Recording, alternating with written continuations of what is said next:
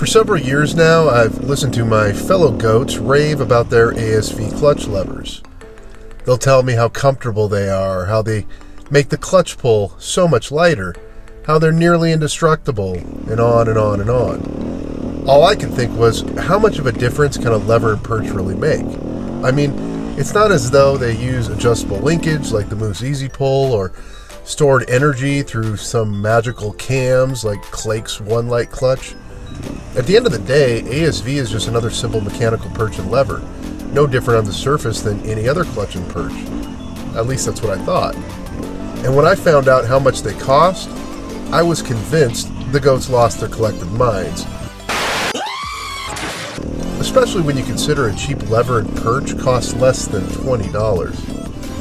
Well, I eventually gave in to goat pressure and slapped one on blue steel. And after a few months tickling it with my trigger finger, I have to admit, there's an ever so slight possibility I may have missed the boat on this one.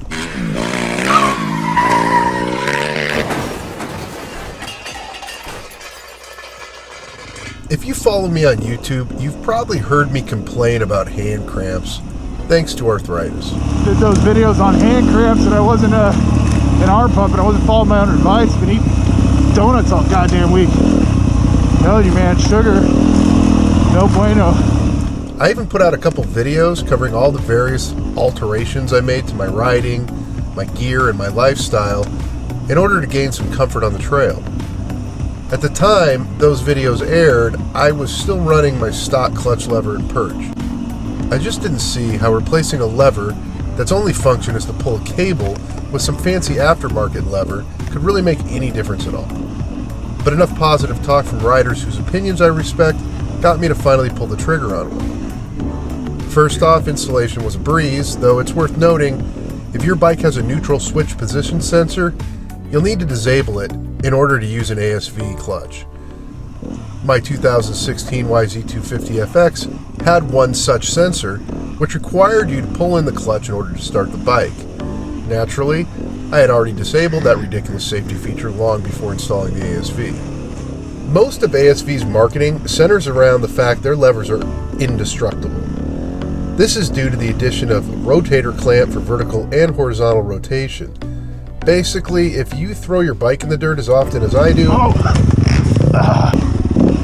these levers should extend up, down, or out instead of breaking. Although this certainly helps prolong the life of an unprotected lever, I, unfortunately, did not find the levers to quite be indestructible. Steve, for example, has gone through 2 ASV clutch levers in 2 years. God damn! To be fair, though, compare that to Mouse, who runs stock levers and has gone through about 20. Loop. I'd say it's a big improvement. Luckily, these ASV levers comes with a 4-year, no questions asked warranty. So if you do manage to break one, you won't be stuck forking over a small fortune to replace it. Now, we ride year-round here in the Pacific Northwest in some of the slimiest, sloppiest conditions known to man. Come here!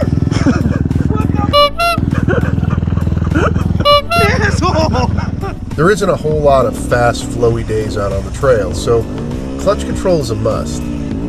To that end, I'm happily surprised to report this clutch somehow lightened my lever pull. Not just a little, but a lot. It is just butter. I don't know how they did that. Now, I can't promise your results will be as noticeable as mine. Perhaps my stock clutch lever was under garbage and had some rust, resulting in additional friction. But nonetheless, easier clutch pull was what I found with the ASV setup. In doing some research, all I could find to account for this was the manufacturer's claims surrounding the quality of their machining and components. Apparently, there is also something to be said for the overall design of the lever, the fulcrum point, sealed pivot bearings, and the exactness to which the perch and lever were designed, which reduces friction and results in an easier pull.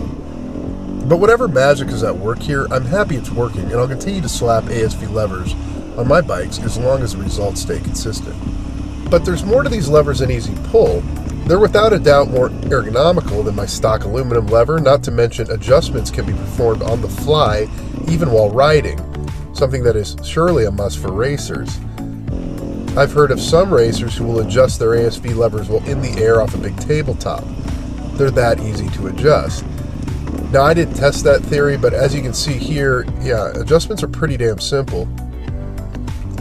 This sport can be very expensive, especially if you like to slap on all the latest bling. So at the end of the day, you need to balance comfort with affordability. Now, on the comfort side, ASV hits it out of the park. Easier pull, better clutch control, ergonomical lever placement, and on-the-fly adjustments sets the bar pretty high. On the affordability side, though, I'd say they're a little on the pricey side, even when taking into account how durable they are. A pair of bark busters will likely ensure you rarely, if ever, break a cheap lever, though if you're someone who hates bark busters and you do go down a lot, you might as well spring for the ASV setup if for no other reason than their outstanding warranty. Again, looking at how many $20 levers Mouse has gone through in the past 2 years, he could have bought both an ASV clutch and brake lever for the same price. For me, I'm thinking I may just invest in an ASV brake lever to go along with my clutch. These are great levers.